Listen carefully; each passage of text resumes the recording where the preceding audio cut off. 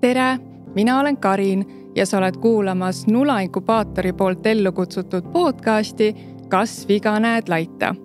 Siin saates räägime kõige suurematest ühiskondlikest teemadest, mis puudutavad igat Eesti inimest. Tänane saatekülaline on Tartu Ülikooli Ühiskonnateaduste Instituudi emeriitprofessor Marju Lauristin. Saates räägime maailmavaadetest, heaolust, tulevikust ja ühiskondlikust usaldusest. Inspireerivat kuulamist.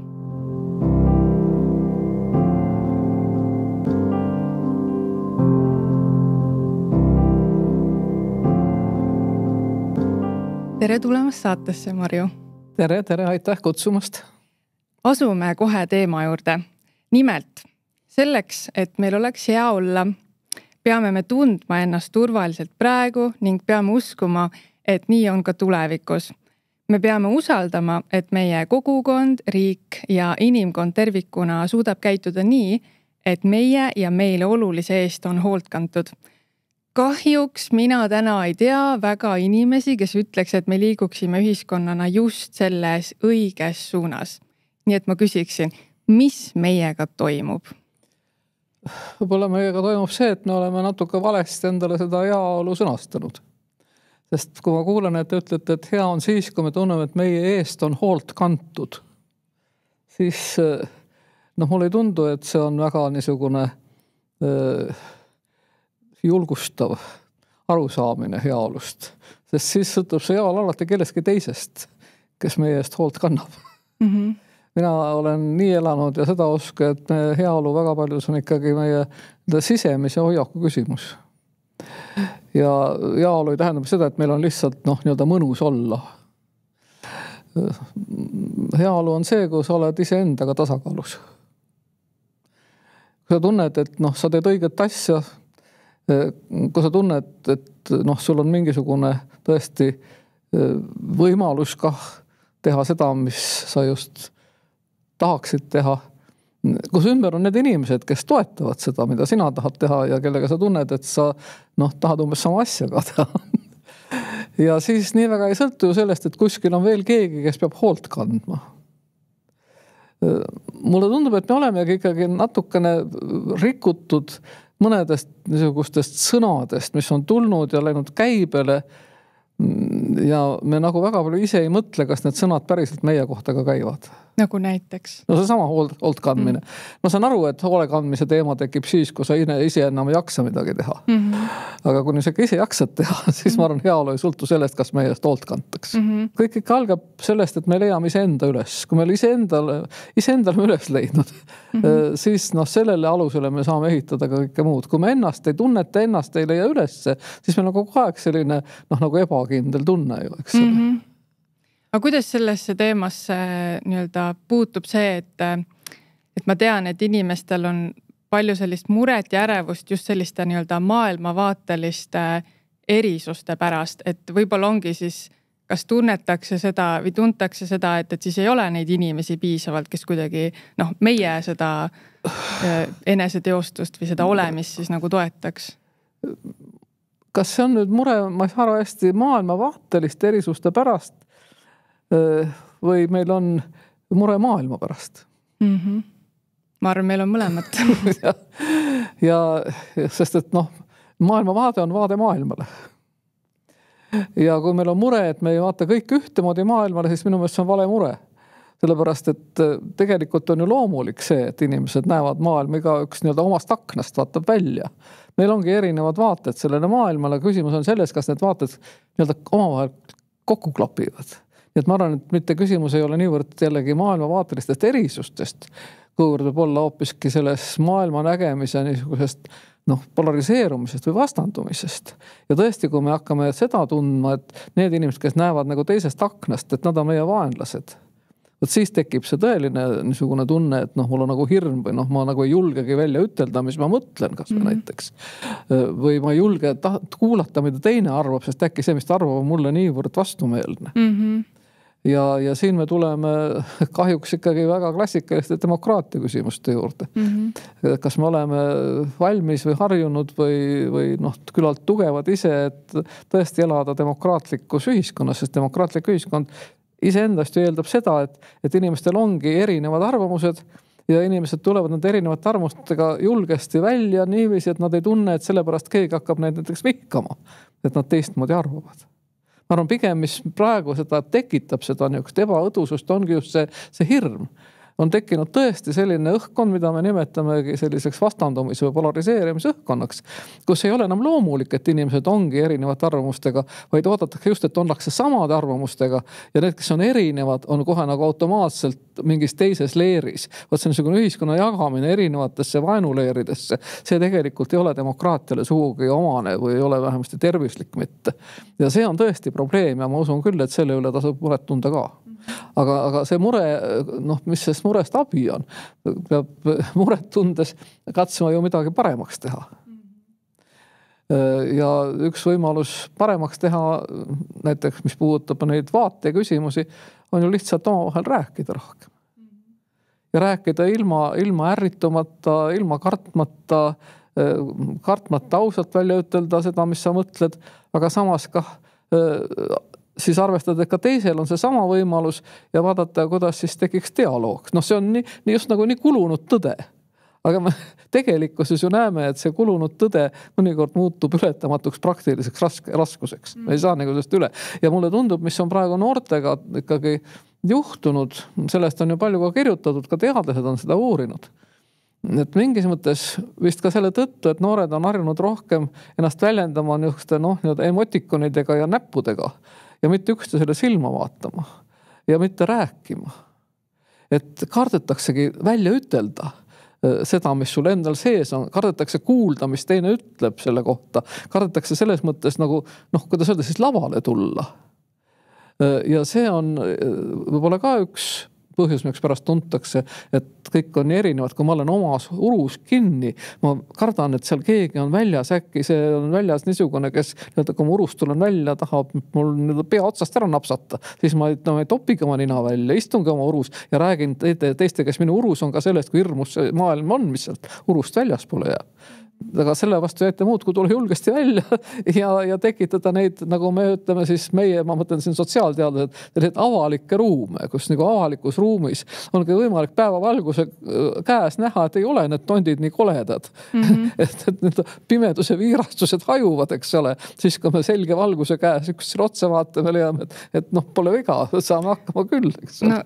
Ise sellise noore inimese mätta otsast rääkides siis ma võin küll öelda, et vahel, kui see mure maailma pärast on päris suur ja siis sa tuled siia avalikku ruumi ja tegelikult räägid nendest erinevatest mõtetest ja vaadetest ja ma näengi, et see nagu reaalsustaju on väga erinev. Ja vahel ma ütlen, et see vestlus ja need kogemused nagu hirmutavad meil veel rohkem, et mul ei teki seda nagu nii suurt, või kui ma hakkan paremini mõistma need inimesed, ma saan aru, millises reaalsuses siis nemad elavad ja ma ei tea, millist tulevikku näiteks nemad tahaksid luua. Aga samas täna kuidagi see, et kui see muidu, kui ma tunneks ennast väga turvaliselt tulevikku vaadates, see hirmutaks mind see, et nad arvavad nagu väga erinevalt. Aga täna see kuidagi on väga hirmus. Aga kas te oskate mulle tuua selgituseks mõne näite niisugustest arvamustest või suhtumistest, mis tõesti noori hirmutavad? No näiteks enda, ma ei tea, erialasest taustast tulenevalt võib-olla ka, et kui keegi räägib mulle, et Elon Musk on nagu kõige suurem ingel inimene, kes ta on ja tuligi nüüd Ameerikat päästma ja maailma parandama ja et tegelikult tegemist on ju nagu ülirikastega, et minul tekib siin väga suur konflikt, et kes siin kindlasti mingisugust head tahab ja mul tekib nagu väga suur segadus, et ja inimesed on nagu nii kirglikult nagu kaitsevad neid vaateid. Ma arvan, et kui inimesed kirglikult kaitsevad vaateid, siis kõige esimene küsimus on see, et mida nad siis kaitsevad ja miks nad nii kirglikud on. Jah. Ja siin võib olla kahte laadi asju. Üks on see, et ollakse kirglikud fännid. Noh, see kirglikkus ei ole siis selles mõttes mingisugune sisuline kirg, vaid see ongi see mingi fännlus, eks ole. Noh, kõik arvavad nii ja noh, on ju kihvt nagu rockstar, eks ole. Ja see on hoopis üks niisugune võimalus. Ja selles iseendast ei ole nii palju niisugust kurja, kui rohkem pole niisugust naiivsust või naljakas on natukene. Või siis arusaadav ka, et tõesti kui rockstarid meeldivad, miks siis ei või meeldida ka see Elon Musk, kui meeldib näiteks Rammsteini ansambel, eks ole, miks ei või meeldida siis ka Elon Musk. Aga teine asi on see, kui arvataksegi, et tõesti ongi parem. Sisuliselt arvatakse, et ongi parem. Kui näiteks meil ka ütleme, et meil on ju ka väga rikkaid inimesi ja neid samuseid IT, eks ole, kuurusid ja kui näiteks siis mõni tekib meil niisugune väike Mask, eks ole, kes ütleb, et mina tean paremini kui ükskõik, kas mõni poliitik või mõni õpetaja või mõni kultuuriinimene, mina tulen, võtan siis selle, kas siis selle metsasae või mingisugune muu või haamri ja tehan, kuidas moodi lüüa kõike puruks ja tean ise, kuidas teha ja ma ei peagi kellegagi arvestama. Vaat see on tõesti muidugi, see on suur oht, see on reaalne oht, seda peabki kartma, et kui inimesed niisugust asjast vaimustuvad, diktaatoritest vaimustuvad, siis me oleme näinud, mis siis ajaloos on juhtunud. Mis juhtus siis, kui Venemaal vaimustuti Leninist ja Stalinist, mis juhtus siis, kui Saksamaal vaimustuti Hitlerist, mis on nüüd, kui Venemaal vaimustutakse Putinist, seda on ju ajalugu näidanud, siis peabki lihtsalt neid asju rahulikult läbi arutama. Et kas siis me tahame tõesti, et midagi niisugust oleks? Kas see olekski kõige parem? Miks me arvame, et see oleks parem kui see, kui on niisugune olukord, et tõesti inimesed saavad ise arutada ja tõesti võivad ka eksida, aga saavad vigu parandada, ei ole kuskil keegi üks haamrimees või üks suruhaamri või mängi selle ketassae mees, vaid on inimesed nagu kõik inimesed.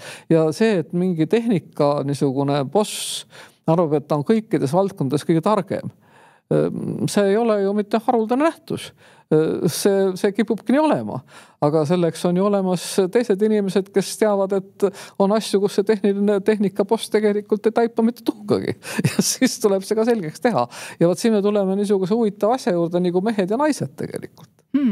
Sellepärast, et kui me vaatame nüüd seda niisugust, võiks öelda siis seda väärtusmaailma,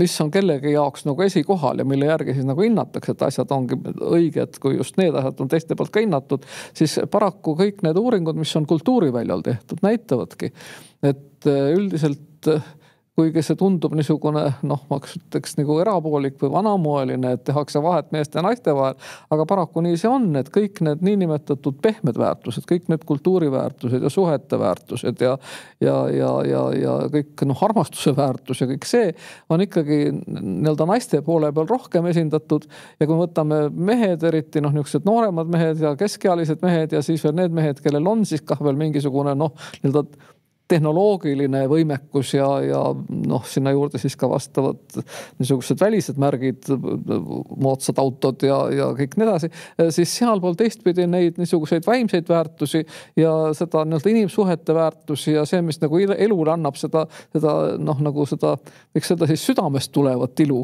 et neid märgatakse vähem või neid ei hinnata või võib-olla hinnatakse neid küll omas peres näiteks, aga mitte kui mingisugust põhimõttelist väärtust ka üldiselt ühiskonnas. Ja paraku nii see on ja sellepärast räägitaksegi palju sellest, et peaksid olema näiteks meil esindatud, ütleme kas või parlamendis nii mehed kui naised või kuskil ettevõtete juhtkonnas. Mitte sellepärast see on mingi formaalne asi, et vaatame siis, kas on M või N kirjutatud ja loeme üles palju mitu numbrit, kas sulle tuleb, või just me selle tõttu, et need ongi, kui me räägime vaadete erinevusest. Siis nii see paraku on, seda näitavad kõik uuringud, see vaadete erinevus tõesti on, sellest on palju räägitud, et jah, et see on nagu mingisugune illusioon, aga tegelikult ikka jälle tuleb välja, et nii see on. Ja võib-olla tõesti, kui me suudame haridusest teha väga suuri muutusi ja suudame kallutada nagu seda raskuskeset niiviisi, et ei teki selline naiselike, mehelike väärtuste mingisugune vastandumine, siis seda probleemi enam ei ole. Aga siis, kui me nüüd vaatame seda Muski, tema kehtestab ju ennast täpselt tüüpiliselt sellisena jõud, tehnika, raha, kõik see, eks ole, ja ei loe siin mingisugused need, kes piuksuvad, eks ole, mingitest teistest asjadest.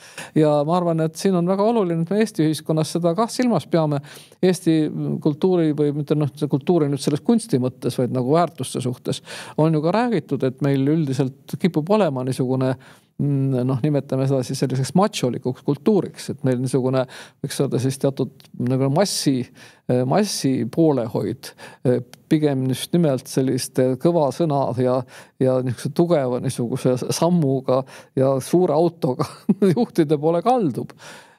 Ja kui seda teada, eks ole, siis peab sellega tegelikult teadlikult tegelema, et see nii ei oleks, et ikka see tasakaal säiliks, sest kui me tuleme tagasi heaolu juurde, sest minu meelest see hea olemine, kui me ise mõtleme, mis see on, millal meil on hea olla, sellega on väga palju seotud just nimelt see, et me tunneme, et asjad on tasakaalus.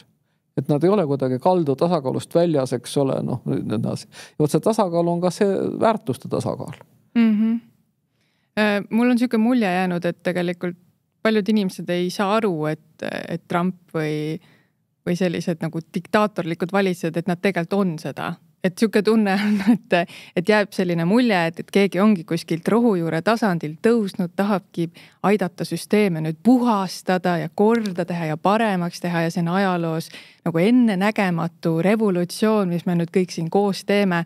Samas mina vaatan, teie vaatate, et see on muster, see on väga halb muster ja me ei tohiks nagu sinna poole nüüd minna. Et selline tunne tekib ka, et nagu te rääkisite sellest, et peab nagu olema tasakaal, et ma näen, et on nii palju inimesi, kes näevad, et tasakaalu ei ole, aga nende meetodid nagu sinna tasakaalu poole püüdlemiseks on väga erinevad kui sellest, mida mina arvan, et võiks tasakaalu poole. Ma arvan, et siin me tuleme nüüd niisuguse asja juurde nagu ajalugu. Sellepärast, et kui me ütleme, et näete, see, mismoodi näiteks see sama Trump nüüd ennast siin kehtestab, et see ei ole mitte midagi uut, et me oleme ajaloosta näinud, eks ole, seda, noh, hakkame tõesti, ma ei hakka minema kuskil antiikaega, aga võtame siit meie oma lähiajaloost. Sama Lenin tegi Venemaal täpselt samuti revolutsiooni, ütles minema pühkida kõik need, kes seni valitsusid, kõik need, kes olid see eliit, anname töörahvale võimu. Praegu, kui ma näiteks loen, mis Trumpi kohta kirjutatakse, mitte siin meie lehtedes, vaid Ameerika enda väljannetes ja ingliskeelses nii-öelda kriitikas, arutelus. Just nimelt räägitakse, et Trump on toonud poliitikasse sisse jälle selle argument, et anname töötavale inimesele võimu. No see on täpselt see sama, mida, eks ole, tegid bolševikud Venemaal. Andsid nii-öelda töötavale inimesele võimu, mis tähendas seda, et mitte ei antud võimu, vaid anti lubadusi, millega saadi see toetus ja tegelikult läks asi ikkagi väga veriseks diktatuuriks. Noh, kui me vaatame, kuidas Trump praegu alustas sellega, et ühelt poolt ta lubas nendel inimestel, kes tema poolt hääletasid mõne kuuga tuua peaaegu, et siin paradiisi maha peale, enne oli kõik väga halb, nüüd tema teeb üksinda kõik väga heaks ja teie poolt ütles, aga ta saadab jõuga maalt välja need, kes on siia, eks ole, noh, nagu tulnud ja alustas ka peaaegu vangilaagritega, siis noh, selles ei ole ju midagi uut. Ja vaat see ongi see, et see ajaloo näidete, ajaloo kogemuste vähene teadmine ja tunnetamine. See võib-olla ongi see viga, miks pärast ei osata näha, et seda arengut oskab ennustada selle tõttu, et muster on üsna mitmeid kordi kordunud. Ja ei ole mingit põhjust loota, et see ei kordu jälle.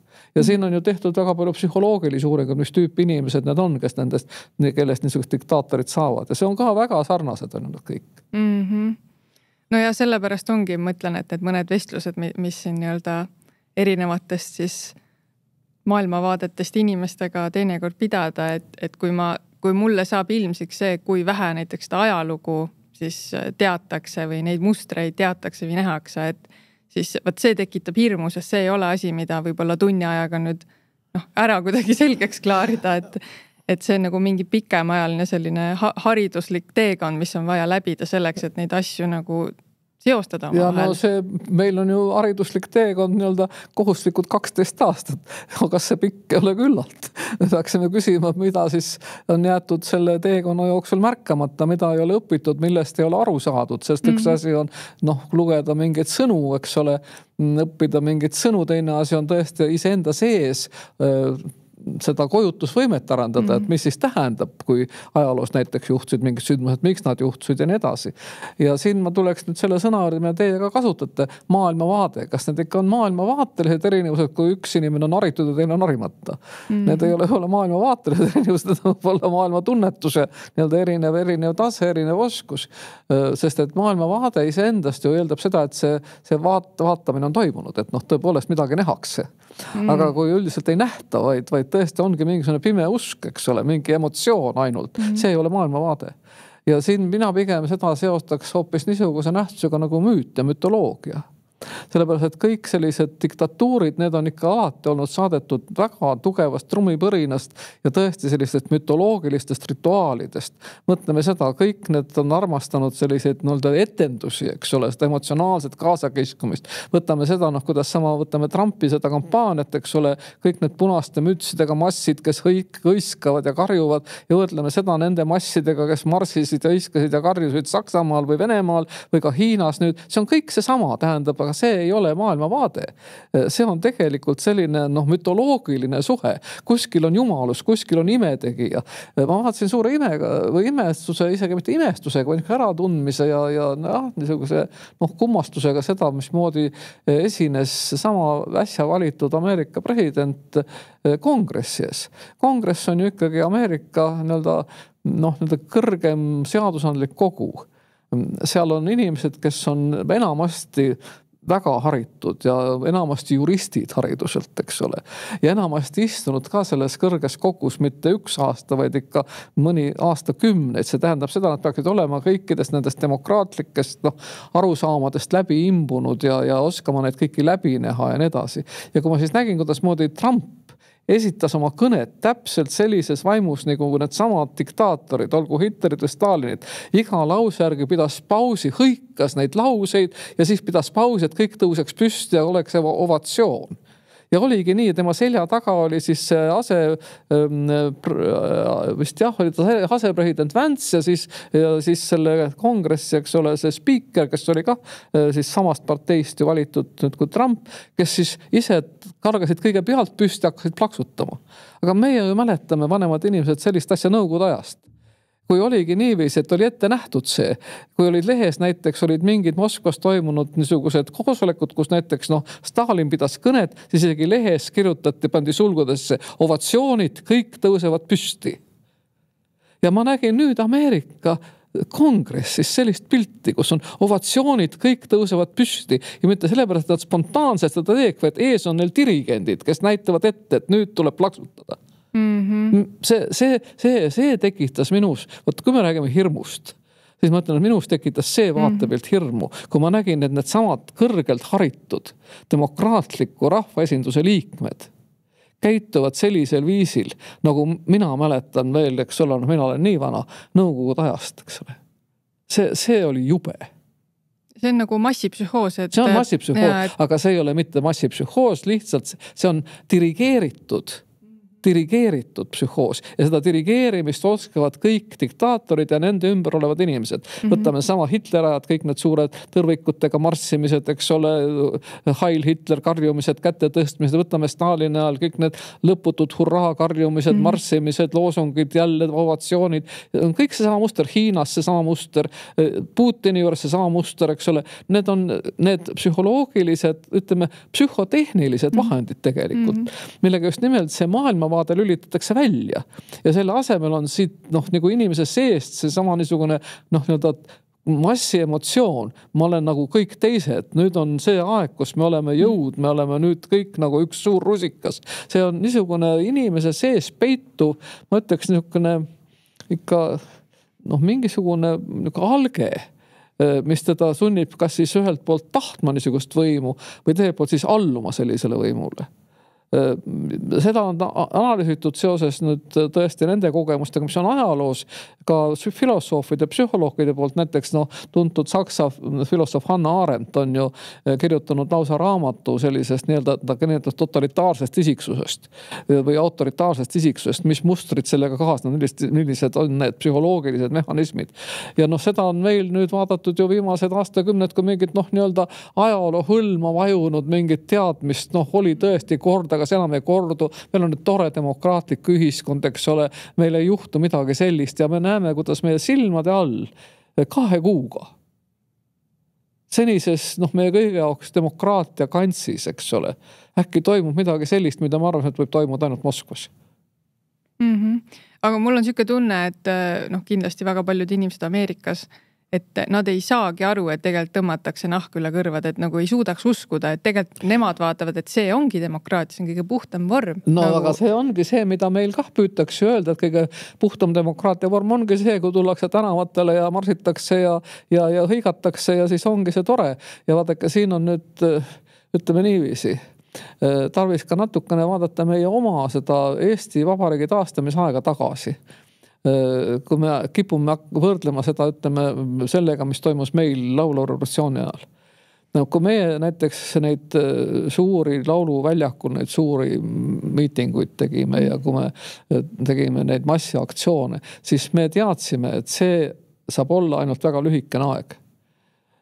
Meil oli isegi, kui mina tegin omal ajal rahvarinde programmiga, meil oli sinna sisse kirjutatud, et kui iseseisvus on taastatud, siis seda massiliikumist enam ei ole vaja. Ja siis peavad olema demokraatlikud institutsioonid, eraldi erakonnad ja läbirääkimised. See massi liikumine on tõesti ainult mingil erakordsel hetkel, kui meil on vaja niisugust müürist läbi murda, eks ole.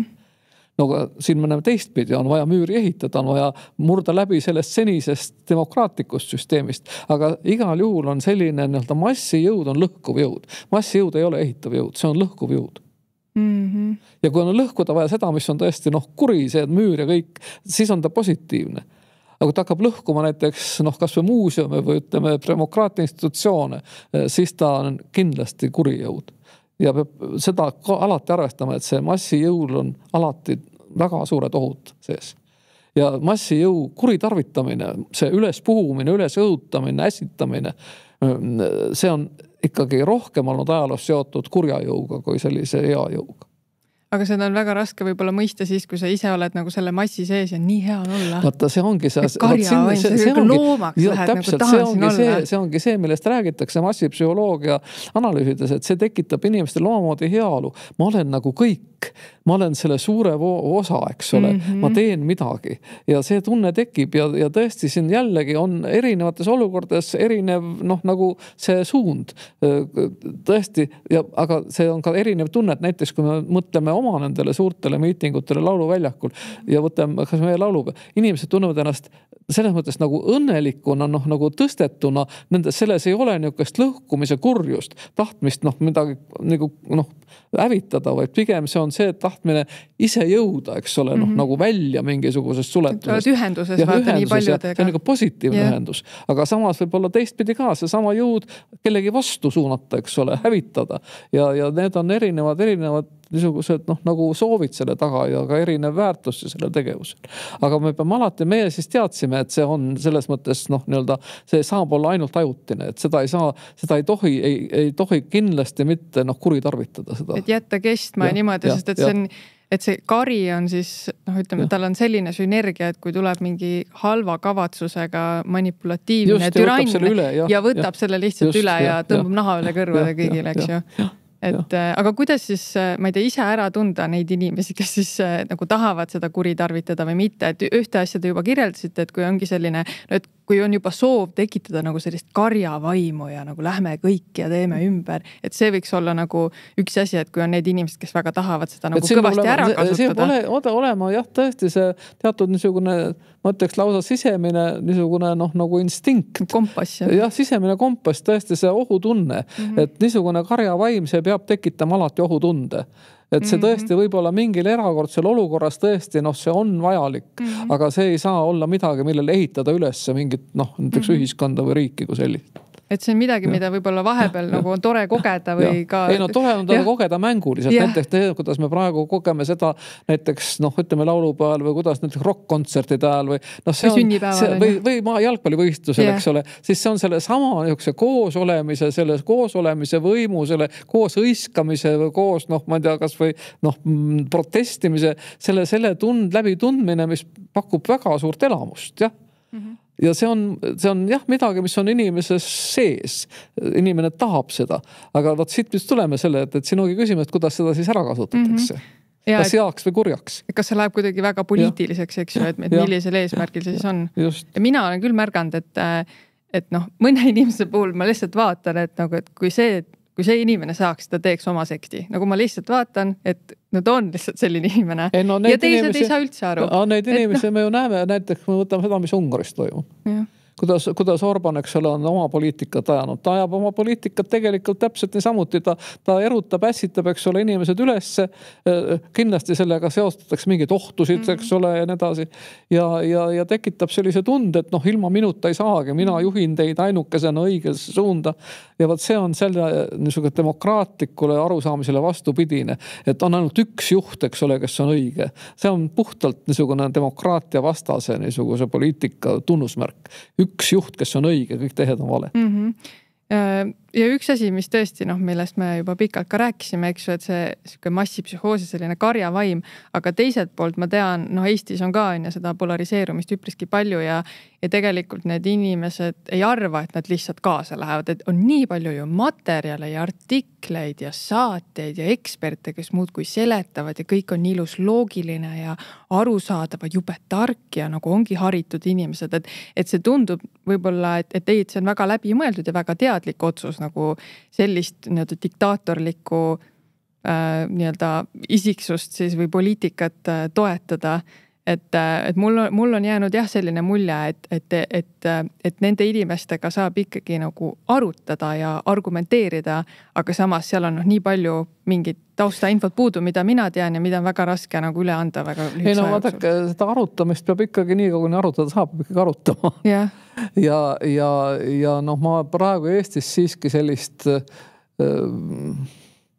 ma ei näe, me oleme ka nii väiksed, et ma ei näe praegu nii väga seda massi kuskilt tekkimas. Eestis, kuigi on meil ka poliitikat tulgas neid, kelle kõnestiil näiteks juba kipub väga sinna poole, eks ole. Aga mina siin kutsuks ainult lihtsalt sellele, et meil peab jätkama ka niisugust tervet naljasoont. Sest kui me hakkame natuke kõrvalt vaatama, siis see on tegelikult ju naljakas. Kui üks inimene kujutab ette, et ta teab kõike ja on peaaegu nagu pool jumal ja ainult tema oskab ja tema juhib. Siis vaatame natuke kõrvalt, eks ole, ja siis tegelikult selle niisuguse väikse kõrvalt vaatamise ja selle asjast teatud koomika nägemisega me teeme ennast tugevamaks, me ei ole nii alutatavad sellele. See puutub meid ennast ka muide, kui me äkki olles ise mingist asjast nii kaasa haaratud, vaataks korraks kõrvalt peeglisse ja vaataks jumal, keda ma seal näen, eks ole. Nagu mingi koomiksi tegelane, eks ole, ajand ennast suureks. Tähendab, et see on väga oluline, see sama niisugune kõrvalt vaatamise, see refleksiooni, selle nagu asjade nagu mitme kandi pealt tajumise oskus, mis ju kah on mingis mõttes niisugune, võiks öelda, vastumürk sellisele massipsühhoosile.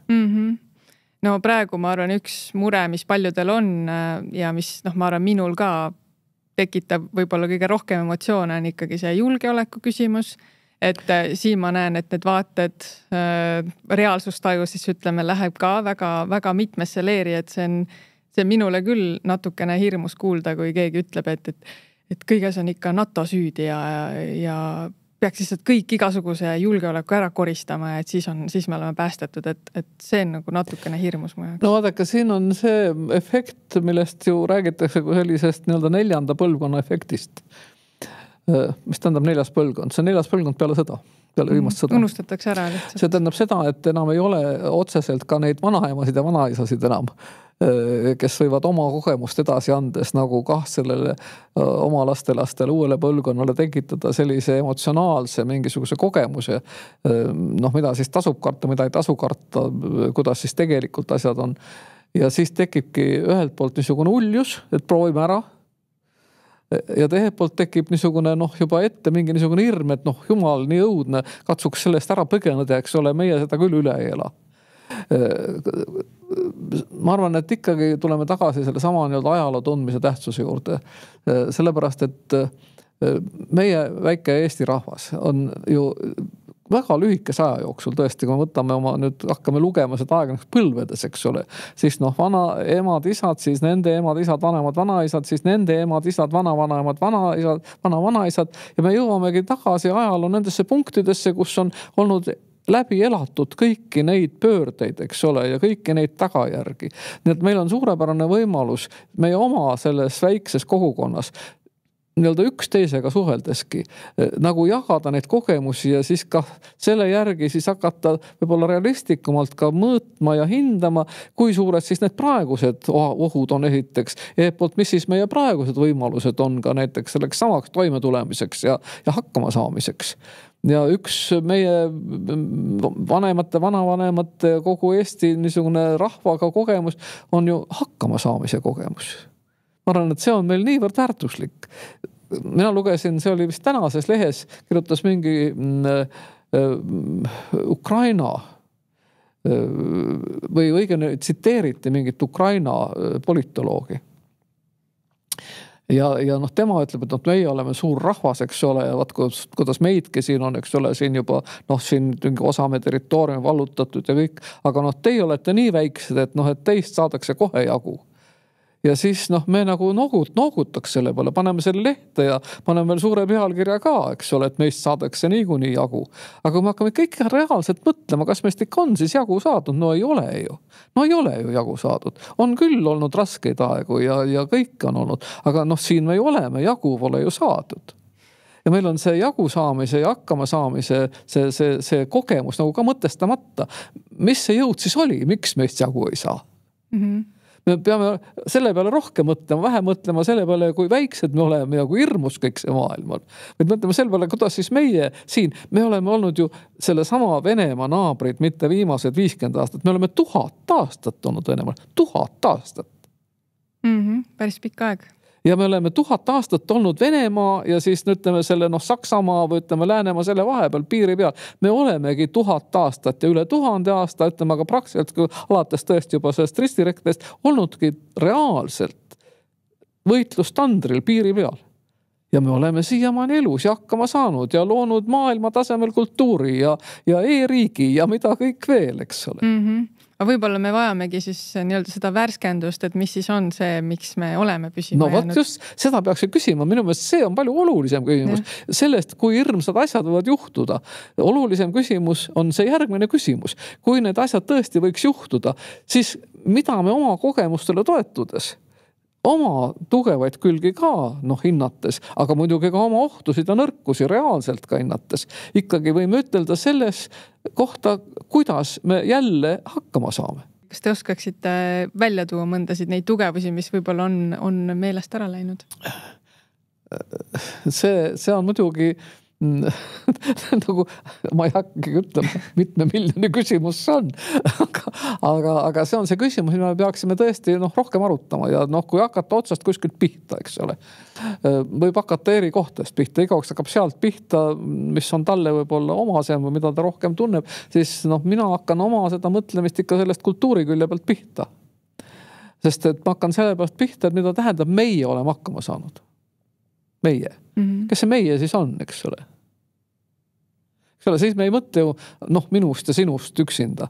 Me mõtleme sellest, mis meid ühendab, mis meid on toonud ja kohe meile tuleb siis ette see mingisugune meie keel, eks ole, meie arusaamine, meie loodus, meie see niisugune omapära, eks ole, meie mälestused. See, mis teeb meid üheks rahvaks, see on see meie hakkama saamine. Sest kui me küsime ainult, kuidas mina hakkama saan, siis selle vastus on ju väga lihtne, eks ole. Ostan Hispaanias kuskile mereranda maja ja lähen lastega sinna. Ja kui ma kuulen, kuidas see nii kergesti tuleb, et meie küll, eks ole, siia ei jää ja nii edasi. Ja siis pärast pahaneme, et miks siis meile investeerita, eks ole, ja nõuame, et meil oleks siin elavad mitte Eesti kodanikud Eestile lojaalsed, et mul on küll teate maja Hispaanias ja kõik, aga sina pead siin olema lojaalne olema. Siis mulle tundub, et me mõtleme liiga vähe sellele, et kuidas meie ikkagi püsime. Meie püsime tõesti siis nii, et me ei võta nii-öelda kohvrid ja pakki, vaid meie jaoks on tõepoolest kõige esimene asi see, et me vaatame, kuidas me võimalikult säilitame selle siin enda ümber oleva tõesti viimse võimaluseni. Ja kui see viimne võimalus ära lõpeb ja tuleb viimse järgne võimalus, siis me teeme seda ikka edasi. Võtame näiteks kas või selle, millega said hakkama need eestlased, kes olid sunnitud Eestist ära minema tõesti nii, kui oli ikka nii-öelda püsitoru oli suues. Ja mis nad tegid? Nad läksid ära välismaale ja hakkasid seal tegema Eesti majasid, Eesti laulupidusid, Eesti kultuuri arendama, Eesti raamatuid välja andma, seepärast, et see kultuuri kultuuritahe oli nii suur ja ma arvan, et üks asi, mis ongi selle väikesel rahval omane, ongi see kultuuritahe. See tunne, et meid hoiabki endana elus see, kui me omavahel läbi käies säilitame seda, mis on meid nii-öelda ajalooliselt koos hoidnud ja anname seda oma lastele ka edasi. Ja see on üks väga tõsine asi, mis inimest teistpidi sunnib ka viimseni siis vastu hakkama ja võitlema. Ja siin võtame siis kas või sellise asja, mille kohta praegu tihti me kuuleme, teate, see on ainult mingi niisugune vaba ja meelelahutus ja see polegi nii tähtis, ütleme, võtame kas või meie, võtame kas või luuletused, eks ole, või võtame kas või need samad laulud või isegi laulupeo ja nii edasi, et teate, meil on nüüd nii tõsised ajad. No me nüüd selle peale ei mõtle, eks ole, nüüd me ikkagi siin vaatame, et kõik tuleb panna selle peale, et punkreid ja kaevikuid ehitada, aga mis asja see mingid kultuuriasutused ja asjad ja katsume ikka siin ilma selleta praegu hakkama saada. Aga me oleme kogu aeg selles olukorras olnud nagu piiri peal olles. Ja. Siis me oleks pidanud kogu aeg loobuma kõigest sellest, mis meiks endaks on teinud. Aga mida me siis nagu hoiame või mida me siis nagu kaitseme või milleks need punkreid siis vaja on? Ja. No siin tekibki see küsimus vaata, et milline see riik või ühiskond on siis väärt kaitsmist ja milline on see keskkond, milline on siis see meie, mida ma saan nagu usaldada. Et ma ei ole ainuke, kes Hispaaniasse ei koli. Vaata selline hirm tekib. Ja siin on ka see asi veel, et mis siis see on, mis meil annab kindlust, et me ei ole üksi. Yeah. Et see meie on suurem kui ainult meie siin. Ja ma arvan, et siin on äärmiselt tähtis, et me sellest endale sisemiselt nagu ka jõudu saame. See, et me tõesti tunnetamegi, et me ei olegi üksi. Ja vaatame, on ju nii kahjuks, et mõnikord niisugused väga suured läbielamised, mis on seotud kurbade asjadega. Need võib-olla tekitavad seda positiivset mitte üksi olemise või ühise jõu tunnet isegi rohkem veel, eks ole. Võtame praegu see tõeline tragöödia, mis Leedus oli, eks ole, selle 4 Ameerika siis noore inimesega, kes kaotasid oma elu, ausalt öeldes täiesti dramaatiliselt mõttetult, mis see kõik toimus. Aga see, kuidas moodi see ühendas äkki, kuidas moodi inimesed, eks ole, elasid kaasa, kuidas seal samas Leedus peeti ju suuri kiriku jumalateenistus ja inimesed kogunesid ja tõid lipud välja ja kuidas need samad ameeriklased tundsid äkki, nad ju on sellest kirjutanud, et nad tõesti on siin omade hulgas, eks ole, et tuntakse nende valule kaasa, elatakse siiralt kaasa. See kogemus tegelikult liidab rohkem kui mis tahes Trumpi kõne või mis tahes loosungid, vaid siin on tõesti see ikkagi tegu, see tegelikus olukorras, see üksteise tunnetamine. See haavatavus päriselt. Just, ja siin on see, kus ei maksa siis nagu hakatagi mõtlema, et ainult on niisugused ilusad ja teada rõõmsad asjad, hoiame ainult neid, eks ole, hoiame kõikidest nendest kurbadest asjadest kõrvale, eks ole, see on üks kole asi, neid me ei taha, me jookseme nendest ära. Me peame nägema, et teistpidi, kas või need samad, mõtleme kas või Eesti rahva ajaloos, kõik need samad kurvad sündmused teistpidi on andnud meile ka väga palju seda sama eneseusku ja on toonud meid kokku väga paljude teiste rahvastega. Võtame praegu need samad poolakad, mõtleme, kui me vaatame Eesti kas või ajakirjandust enne siis teist maailmasõda ja kuidas ikkagi meie suhted Poolaga on olnud kogu aeg kõneaineks, eks ole, niipidi ja naapidi. Ja see sama ühtsuse teema, isegi Baltimaade vahel on ikka olnud kogu aeg see probleem. Ja kuidas me näeme, et nüüd pärast neid elamusi, mis meil olid, eks ole, läbi selle sama Vene okupatsiooni, nüüd uues nii-öelda Ida-Euroopas, kuidas me äkki hoopis rohkem kokku hoiame, sest meil on see ühine kogemus. Ja me anname nüüd seda kogemust teistele edasi ja tunneme, et aga see on teate meie suur jõud Euroopas, eks ole. Nii et me oleme siin saanud ka positiivse mingisuguse väärtuse juurde. Nii et ma arvan, et siin see sama mingi ajaloost õppimine ei ole mitte see, et me õpime raamatust, vaid see, et me tunnetame selle kogemuse läbi, kas see annab meile jõudu, võtame midagi ära. Ja ma arvan, et see on väga oluline, et me seda oskame teha. Ja seda peaks ka koolihariduses tegema, seda peaks omavahel suheldes nägema, et see sama ühise jõutunne, see, mida me tunneme nii konkreetselt ju laulupeo all. Aga see ei ole ainult laulupidu. Siin on tõesti see, et on olemas ka see positiivse, mitte ainult see negatiivne, selle lõhkuva massi kogemus, vaid see positiivne üksteise aitamise, üksteise toetamise kogemus. Ja see on tõesti oluline ja ma arvan, et kindlasti räägime sellest hiljem natukene veel, aga korra tahan veel puudutada seda, et kui noh, et sa oled see Eesti elanik ja majandusega on läinud nii palju kehvemini ja nagu toimetulek ongi läinud raskemaks ja mitte ainult sinul, vaid ka paljudel teistel ja sihuke tunne ongi, et sind ongi jäetud üksinda, et peadki ise hakkama saama ja sul on väga raske. Nii et ja noh, võib-olla seal on siis keegi, kellel läheb väga hästi ja ta tundub, et ta on kilomeetrite kaugusel sinust igas mõttes, füüsiliselt, emotsionaalselt ja siis sa vaatad, et need majanduse numbrid lähevad ainult alla ja kardad, et okei, et minu heaolu läheb veel kehvemaks selle tõttu. Et mida siis teha sellises olukorras, kuidas mõelda? Vaadake, siin on nüüd kaks erinevat asja koos. Kõigepealt see küsimus, kuidas mul läheb. Kas mul läheb hästi või halvasti ja mis ma saan ise teha, et mul läheks paremini.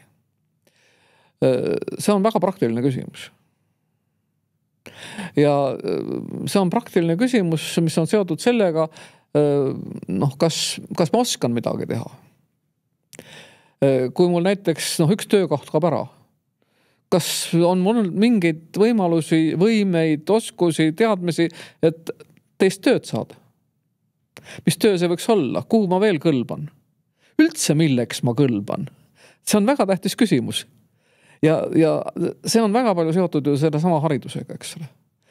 Väga palju seotud ka sellega, et me läbi hariduse ja mitte ainult hariduse, mis tuleb koolist, vaid ka selle üksteise harimise, ka perekonnas, eks ole, ja kõigest sellest, me võimalikult palju tekitaksime inimestes neid, võiks öelda siis neid vabu valentsusi, et kui tõesti tekib mingisugune muudatus, eks ole, mingi asi kaob alt ära nii-öelda, et siis on kohe midagi, mille järele haarata, sul on tõesti võimalik erineval viisil ennast teostada, leida endale rakendust, leida teisi inimesi, kellega koos midagi teha ja see ei ole mitte ettevõtlus selles niisuguses kasumi teenimise mõttes, vaid pigem see on ettevõtlikkus sellises psühholoogilises mõttes, eks ole. Ja ka teatud niisugune võiks öelda valikute vabadus, et ma ei tunne, et ma olen aheldatud, teate, aga ma õppisin ju seda kuskil koolis ja ülikoolis, mul on amet käes, mul on paber taskus ja nüüd, jumal küll, ja nüüd seda ametitki võib-olla pole. Nüüd tuleb veel tehisaru ja võtab ka selle ära. Ma küll mõtlesin, et ma olen nüüd kõrgem haridusega suhtekorraldaja, eks ole, mul on hea palk ministeeriumis ja nüüd ütleb mulle ministeeriumis minu ülemus, aga me hoopis rakendame AI-d ja mul ei ole siin täna vaja, eks ole. Ja mis ma siis tegema hakkan? Nutma. Ütlen, kus on riik, kes hoolt kannab? Ei, kui ma oskan muid asju teha, siis mul on kohe varuks 1, 2, 3, 7 asi, eks ole. Ma leian teisi inimesi, kellega koos midagi muud teha. Ma arendan seda välja, mida mul ei ole, eks ole. Aga see on teistsugune suhtumine. See ongi see, et esimene asi, kui oli küsimus, mida me peaks tegema, ongi see, et tekitama rohkem inimestes seda niisugust, julgust muutustes nagu mitte ehmatada, vaid kohaneda, leida endale uusi võimalusi. Ja see on väga palju, see on praktilise hariduse küsimus tõesti, aga see on teistpidi ka sellise enesekindluse võimalus, enesekindluse arendamine. Ja ma arvan, et see lüüa saamise nii-öelda valmisolek on meil kahjuks suurem kui see nii-öelda edasi minemise ja jagu saamise, jälle see hakkama saamise hoiak. Ja see on tegelikult väga tõsine teema meil. Kui me vaatame, kui võrrelda nüüd, räägime, et ameeriklased, jätame nüüd selle Trumpi praegu, eks ole, aga kogu aeg on räägitud, et ameeriklastel on ikka siin tehnoloogia arenenud paremini, eks ole, ja ettevõtlus paremini ja kõik ja ameeriklased ise ka räägivad, Trumpki räägib seda, et me oleme ikka kõige ettevõtlikum rahvas ja meil on kõige rohkem siin avastusi ja muud. Aga kui me vaatame nüüd seda kasvatust, mis seal on, siis meie naerame, eks ole üle. Meil on ju naljakas vaadata, kui seal tuleb 5-aastane poiss, tere, eks ole, ma olen Tom niisugune. Ma oskan seda kõige paremini teha ja ma oskan seda kõige paremini teha ja ma oskan seda kõige paremini teha ja nüüd ma näitan teile, mida ma siin oskan teha. See on tegelikult selline nagu hoiak, mida kasvatakse lastes algusest peale. See sama on julgus välja astuda, julgus ennast näidata, julgus proovida, mitte panna seda endale süüks, kui midagi läheb halvasti. Ma mäletan, kui meile tuli tagasi, eks ole, Ameerikast professor Taagepera ülikooli. Ja siis ta ütles, et küll te olete naljakad. Et te näiteks kirjutate ühe mingisuguse teadusartikli, saadate selle mõnda ajakirja ja saate selle sealt siis tagasi.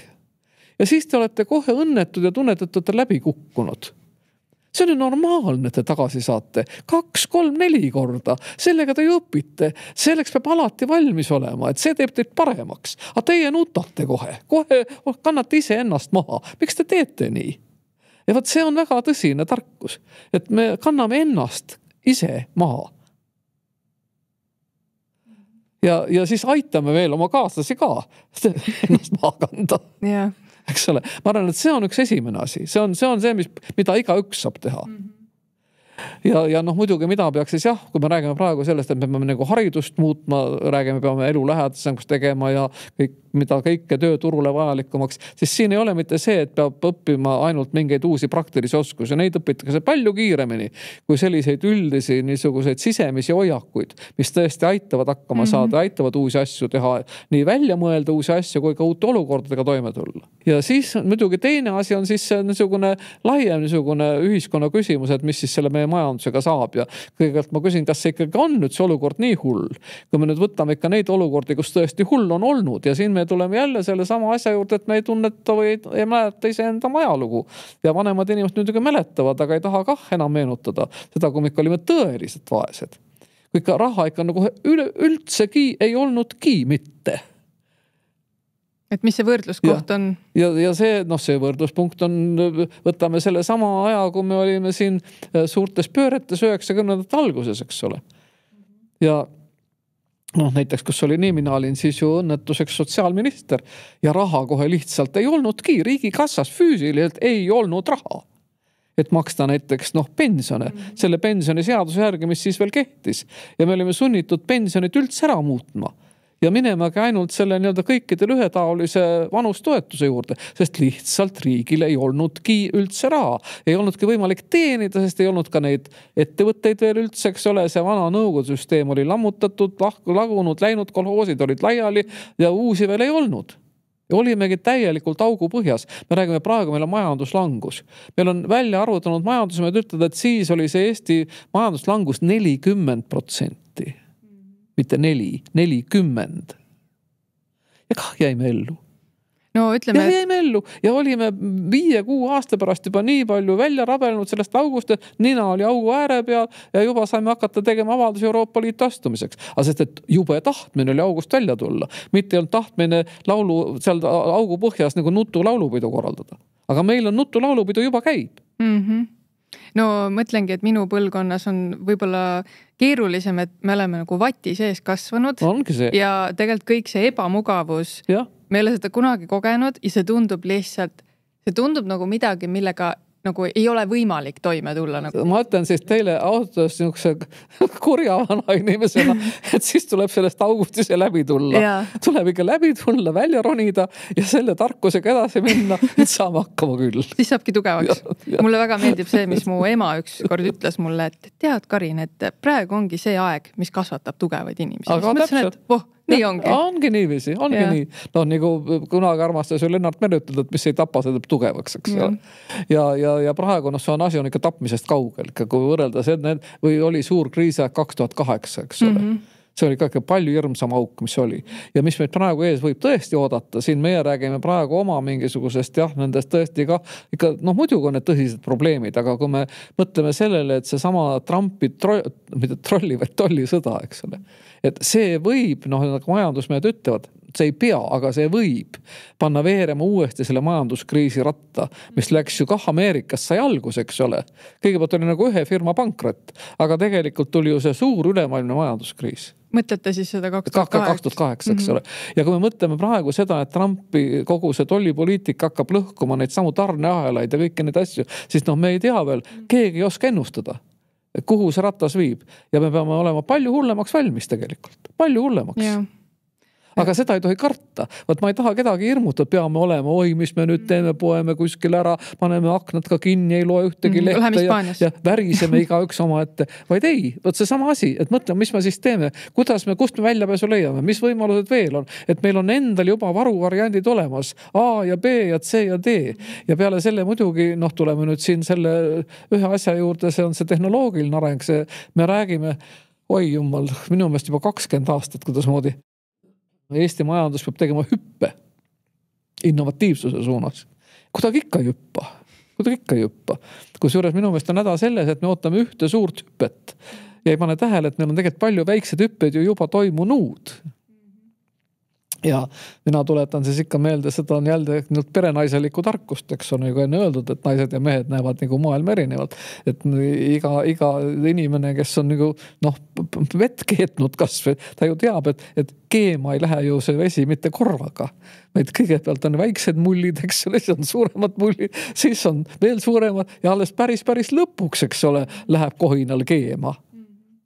Nii et me peame olema ka kannatlikud, me peame need väiksed mullid ära ootama ja vaatama, kuidas tegelikult see protsess läheks ikkagi edasi ja mitte kogu aeg hädaldama, et ikka veel ei ole. Minu meelest meil on natukene seda ka, et näiteks paneme seemne mulda, siis järgmine hädaldame, et veel ei kanna vilja. See ma mõtlen näiteks kasvõi mingid asjad, kasvõi Euroopasse vaadates ütleme, et oi jumal, alles üleeile läieni ütles, eks ole, et nüüd lähevad rahad vabaks, et laenu võtta ja ikka veel ei ole midagi muutunud. Ikka veel meil relvatööstust ei ole, nagu saaks 3 päevaga relvatööstust teha. Tähendab, et see sama, et meil ei ole seda üht poolt õiget enam ajaperspektiivi tagasi vaatamiseks. Meil on see mineviku tunnetus nagu tegelikult näinud kehvaks.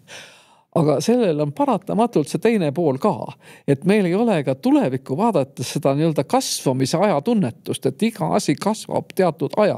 Et ei ole nii, et nipsust täna ütlesin, homme kõik on muutunud, vaid me vaatame ajakirjanduses pidevalt seda, mina olen seda nimetanud porgandi kiskumiseks, et panin porgandi seemne mulda ja siis natuke sabakene tuli mulla peale, ma tõmban kohe välja, vaatan, kas on juba suur, kas supp juba saab, eks ole. Ja siis katsun ta tagasi mulda toppida, et need kasva edasi. Vaata see, meil on niisugune kannatamatus ja see kannatamatus ei ole hea. Nüüd rääkides Eesti rahvast, eks ole, ütleme Eesti rahvas on nagu talupoja rahvas ja kõik me teame kõik, kui palju kõik aega võtab ja me oleme kannatlikud ja põlvest põlve siin kasvatanud kõik üht ja teist ja kolmandat ja mulda harind ja kõike. Aga nüüd me oleme selle kõik nagu ära unustanud. Meil on ka nagu tunne, et kõik tuleb nipsust. Ja, on tõesti hea ja tüke mulje ongi, et see elu nüüd õpetab midagi vajalikku. Aga paratamatult see elu tähendab seda, et ongi see oma enda kogemus ikkagi kätte saada. Ja siis seda oma enda kogemust nüüd võrrelda siis selle kogemusega, mis on olnud enne ja siis muidugi ka selle kogemusega, mis on olnud mujal teistel, kes on samasuguses olukorras, nagu meie oleme. Ja kui me seda nüüd võrdleme, me oleme seda palju võrrelnud oma teadustöödes ja kui me vaatame Eesti inimaruga aruandeid, seal on neid võrdlustabeleid ju alati olnud ja kõike. Siis me ju näeme, et tõesti väga paljudes valdkondades me olemegi tegelikult ju arenenud ikkagi kiiremini ja paremini, kui mitmed need, kellel on olnud sama ajalugu, mis on meil olnud viimased 40 aastat. Nii et võtame seda kah, kui sellist ikkagi jällegi seda tuge, mis aitab meil siis nagu tulevikku vaadata ja ütelda, et jah, võib langeda küll see majandus, aga jällegi siin me teame, et siin me peame nüüd seda vaatama, aga me ei tohi siin kah istuda maha ja ainult tegeleda sellega, et lugeda neid numbreid ja rääkida, et homme läheb hullemaks. Ja võib-olla selline värskendav teadmine ka veel, et majanduskasv ei võrdu heaolu. See on üldse omaette teema, mis see heaolu on, siin me tuleme selle alguse juurde. Et tegelikult heaolu on inimese enda sees. Heaolu ei ole mitte väljas, mitte majanduses ega poliitikas, heaolu on inimese enda sees. Ja see optimism on ka midagi, mis on meie enda seest lõpuks tuleb, et need oskused ja võime kohaneda ja see ettevõtlikkus ja kõik see, kuidas me mõtleme, et selle taga see ongi. Selles mõttes oleks rohkem vaja vaadata ka seda, mida õpetab meile sport. Neil on olukord, et meil näiteks sport käib Kultuuriministeeriumi all. Ja võib-olla käib õigusega. Võib-olla ongi tähtis, et me näeme spordis kah mingit hoopis muud asja, mitte ainult seda, kui palju keegi õppab või jookseb, vaid mida ta õpetab meil selle sama toime tulemise kohta. Vaatame, kui meil näiteks iga sportlane peale esimest niisugust ebaõnnestamist loobuks spordist, kus me siis oleksime? Mitte kuskil. Mitte kuskil. Võtame see sama väike Niina, eks ole, siin meil see ilujuhtaja, kuidas tema ütles, ta ütles nii toredasti, eks ole, mida ta õppis? Ta õppis seda, et ei tohi sellest ehmudu, kui läheb halvasti, vaid tuleb ikka edasi minna, edasi harjutada ja seada ikka omale see suurem siht edasi minna. Nii lihtne, eks ole, nii väike tüdruk, nii lihtne asi ja tegelikult kui suur tõde selles on. Või võtame kõik meie need samad mitmevõistlejad. Tegelikult mina olengi arvanud ja ma arvan, ma ei ole sugugi, ma tean, et ma ei ole sugu üksi, et see mitmevõistlus ongi ongi nagu meie rahvuslik spordiala just sellepärast, et noh, meie olemegi sellised, kes me näeme, et me võib-olla ühes asjas ei saavuta seda tippu, aga kui me paneme kõik kokku, siis lõpuks see lõpptulemus on võib-olla ikkagi lõppkokkuvõttes parem, eks ole, kui me ise oskasime võib-olla tahta oodata ja kui teistel on. Ja ma arvan, et see on väga oluline, et ka siin me ka näeme täpselt sama asja, ühel alal õnnestu, eks ole, siis ma teen teise alaga selle tasa ja see sama asi on elus ka, eks ole, mul üks asi õnnestu, aga mul on midagi, millega ma tasa teen, eks ole. Just, aga korra veel puudutada seda, et mis saaks olla või mis on riigi roll kõiges selles, et tekitada meist sellest usaldust. No mina arvan seda, et me seda riigi rolli peame tõesti endale rohkem nagu selgeks tegema. Mitte nii, et kuskilt teha, et meil on kuskil mingid käsulauad ja otsime need üles, siis teeme selgeks, sealt loeme. Vaid noh, ise enda sees praegu mõtlema, mis see riigi roll võiks olla. Sellepärast, et kui me seda taastasime, seda Eesti riik iseseisvust, ega me siis ju väga täpselt seda ei mõtestanud. Sest siis oli see üks asi oli kõige tähtsam, see sama iseseisvus. Et see riik üldse olemas on. Aga nüüd see on nagu endast mõistetav, et ta olemas on, eks ole. Aga nüüd on küsimus jah, et milleks? Milleks teda vaja on tekkinud küsimus? Ja kuidas ta saab tõesti niiviisi toimida, et meil oleks temast siis võib-olla rohkem rõõmu kui mingeid hirmusid ja ohtusid ja pettumusi ja nii edasi. Miks me oleme riigis pettunud? Pettume me siis, kui midagi on näiteks lubatud ja me seda ei saa, mis on lubatud. Aga pettume ka siis, kui me oleme midagi valet oodanud. Ja on täitsa loomulik, et me seda ootust ei saa. Aga me ei ole siis mitte endas pettunud, vaid oleme pettunud, ma ei tea, näiteks selles, et kuusepuu ei kanna õunu või midagi sellist, eks ole. Nii et siin peabki mõtlema siis, mis kumb siis kummaga on tegemist.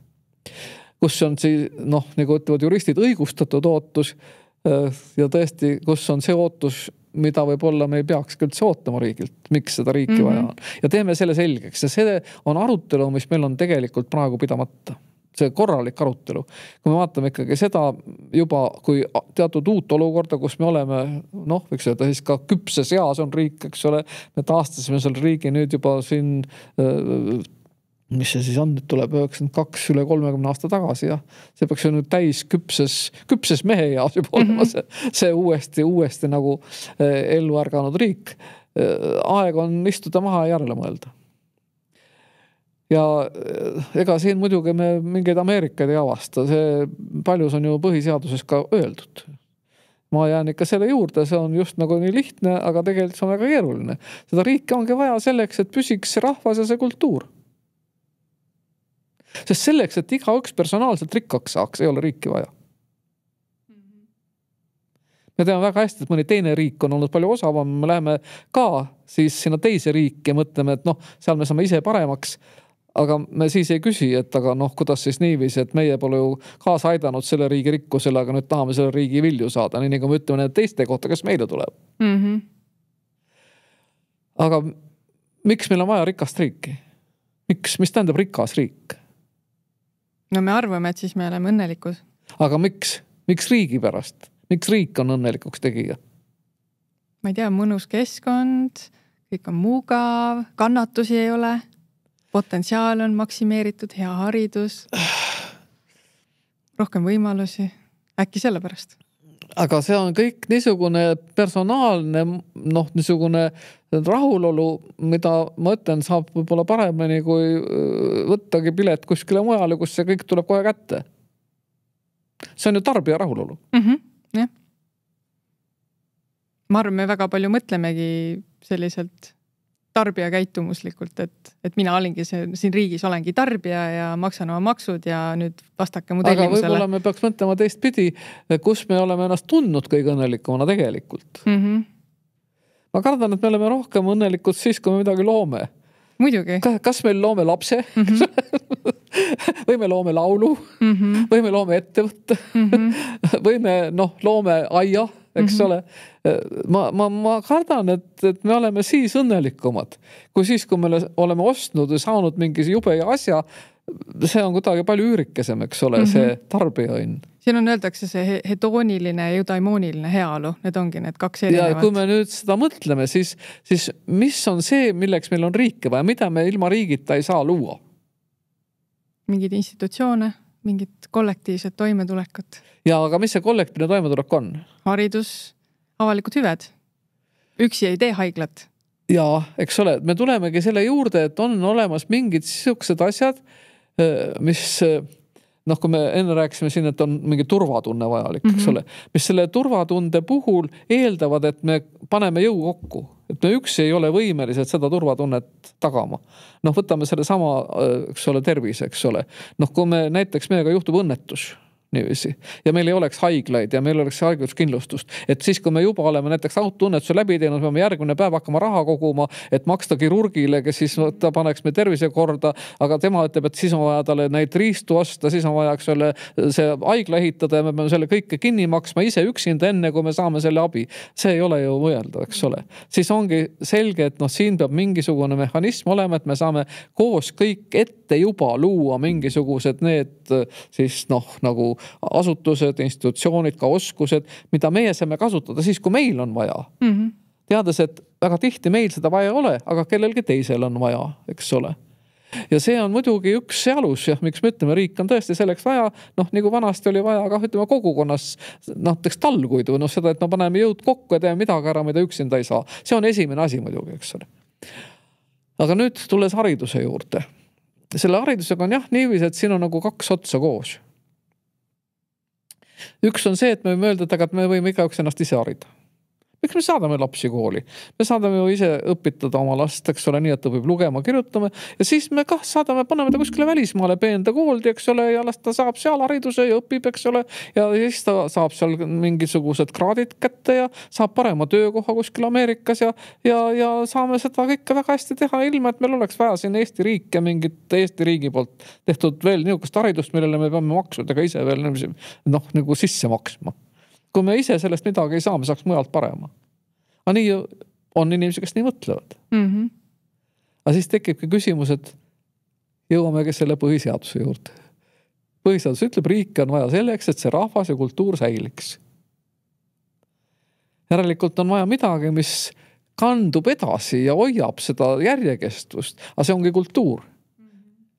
Ja mis see kultuur siis on? See on see, et me esiteks tõesti oma keelt oskame, ise teame, ise kasutame, ise oskame selles keeles ka midagi uut, eks ole, välja mõelda. Me oskame sellega teistega suhelda. Selleks on meil vaja, et meil oleks miski, eks ole, mis on selles keeles juba kirja pandud, kas või meie ajalugu. Aga tekib kogu see süsteem, et haridust on mitte vaja ainult selleks, et mina saaks hariduse, vaid haridust on vaja selleks, et meil see ühine kultuuri niisugune nagu keha säiliks. Ja see on hoopis teine tunne.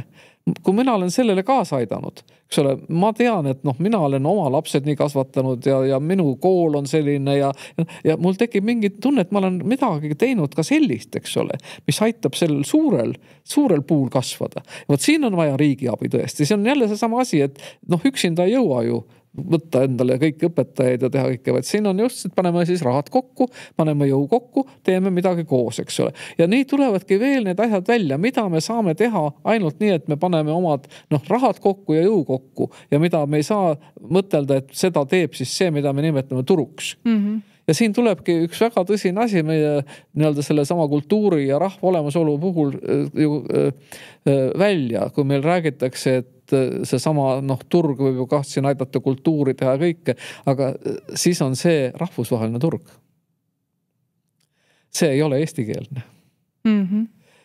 Me võtame ikkagi seda turgu praegu niisuguses mõttes, et see ei ole mitte see, et läksime kuskile seal Raega platsi juurde, eks ole, väiksesse poodi, vaid me teame väga hästi, et kui võtame meie ettevõttetki, eks ole, edasi, siis kõik need nii-öelda tulud, mis sealt tulevad, väga palju tulevad ju läbi selle, et on rahvusvahelised seosed, eks ole, ja nii edasi.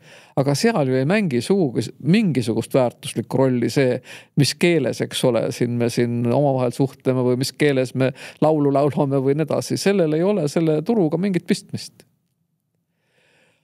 See on asja üks pool. Ja teine pool on muidugi teistpidi võttes, et kui me siis nüüd vaatame seda, kuidas me selles samas kas või majanduses toime saame paremini tulla, tuleme me nende hästi juurde, kus äkki see kultuur mida me niiviisi koos loome ja koos kinni maksame ja mida meile riik pakub. Võiks olla meile ka teistpidi siis selles mingisuguses majanduslikus arengus kah üks positiivne ressurss.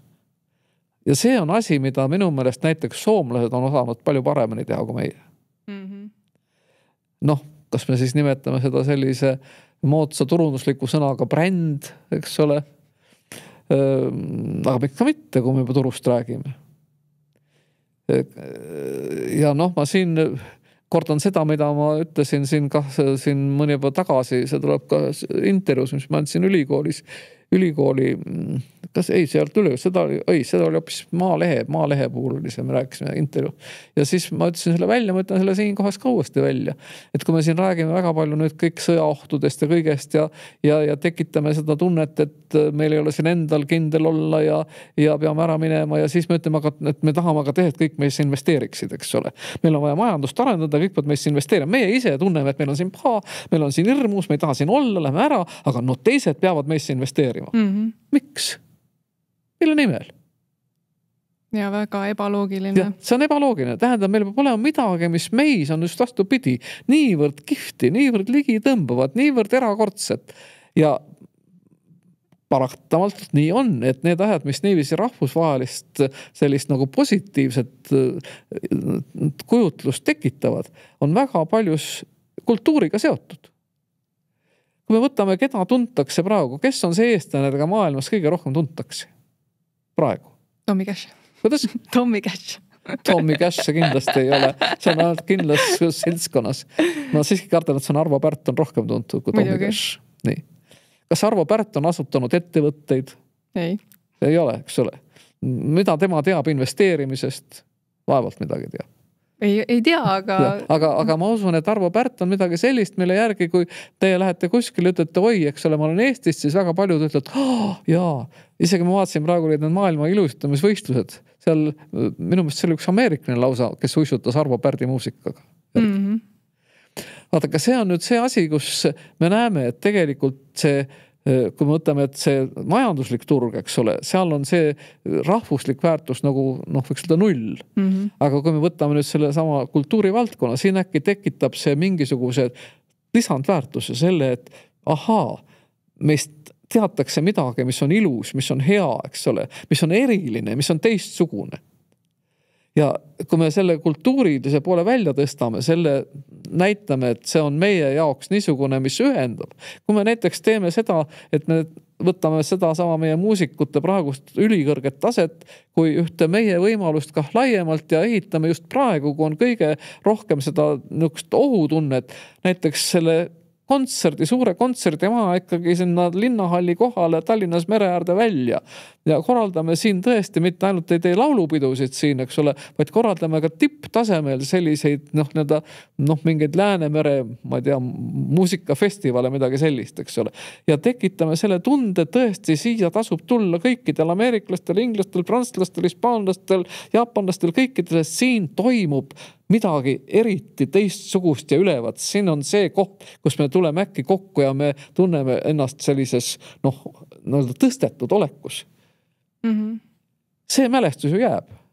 See tunne võiakse kaasa ja siis, kui tekib küsimus, kas me peaksime seda Eestit kaitsma, siis mitte öelda, et me tuleme nende väikestele rahvastele hakkama, nad ei saa ju hakkama, on need pisikesed tüütud ka ja me ei tea, miks neid üldse vaja on. Jumal, vist ikka peab, ei tea, saaks kuidagi mööda hiilida. Vaid aga me teame, me oleme seal olnud, me oleme kuulnud, see on see, mis on meie ühine suur vara, see on meie ühine pärl nii-öelda, mida me peame kaitsma. Ma arvan, see on palju tugevam liim, palju tugevam seos, kui mingisugused sellised formaalsed lepped isegi. Seepärast tõstsin selle esile see, mis me rääkisime natuke enne, et see sama kurb sündmus seal Leedus, eks ole. Ja siis sellega seotud koos sellise vaimse ühtsuse tunnetamine, eks ole, et ollakse ühes kultuuriruumis. See tähendab seda, et ollakse ühes kultuuriruumis. Kui leedukad korraldasid näiteks jumalateenistuseks ole, nende samade Ameerika sõdurite mälestuseks ja tulid välja kõik, siis see on puht kultuuriline.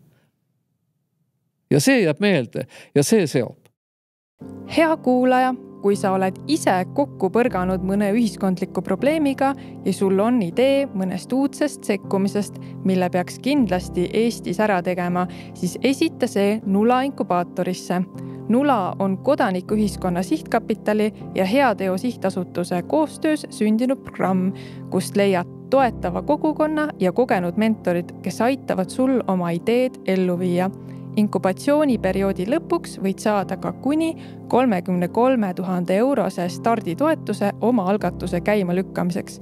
Uuri lähemalt veebilehelt nula.ee ja pane oma idee teele. Ja nüüd tagasi episoodi juurde. Me peame nüüd paraku hakkama jutulõnga otsi kokku kerima ja selle jaoks on mul viimane küsimus.